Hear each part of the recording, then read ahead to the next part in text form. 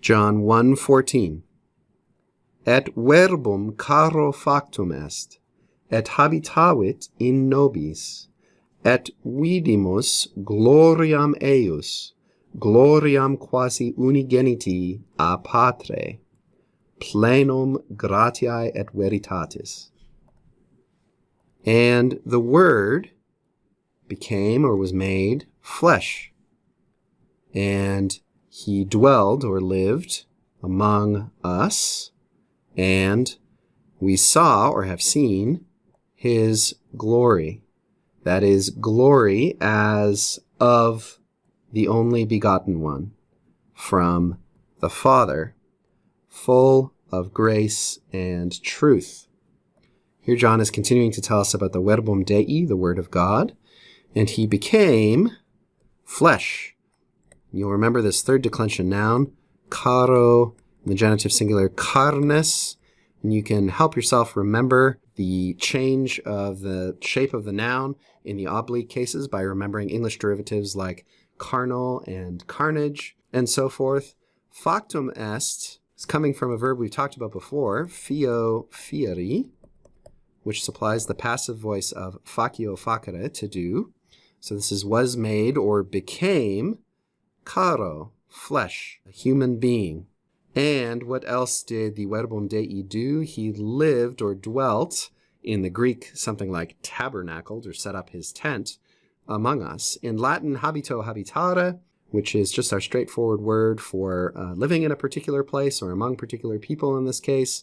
And this is our third person singular, perfect, active, indicative. He lived or dwelt among us, in nobis.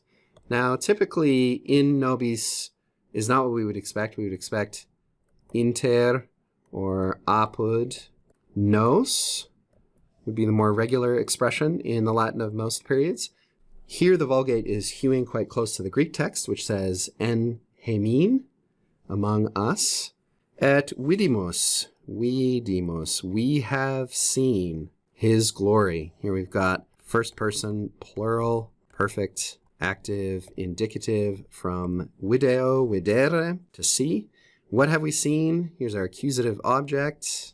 We have seen his glory, gloria, gloria eius. Eius from is ea id, which we've had many occasions to mention so far. It's just our regular third person pronoun.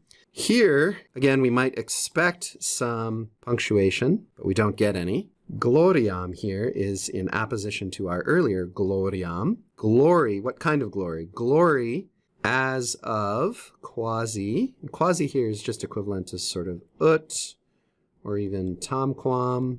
These are all words which sometimes indicate a comparison, sometimes indicate something that is like something else but not exactly the same.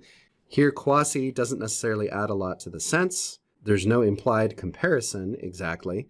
So in English, we would just say glory as of the only begotten, the glory which you would expect to see from the only begotten. Unigeniti is an interesting word here, only begotten. It seems to have been coined to correspond to the Greek word monogenes, only begotten, which we find in the Greek New Testament.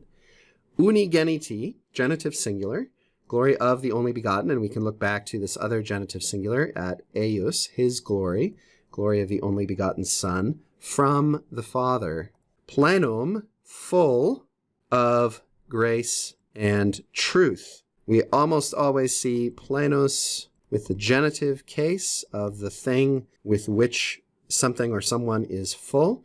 Now, in this case, one question we have to answer is plenum. Why is plenum apparently accusative singular or perhaps nominative neuter singular, plenum? Is it responding to gloriam? Is it responding to, what is it describing in this sentence?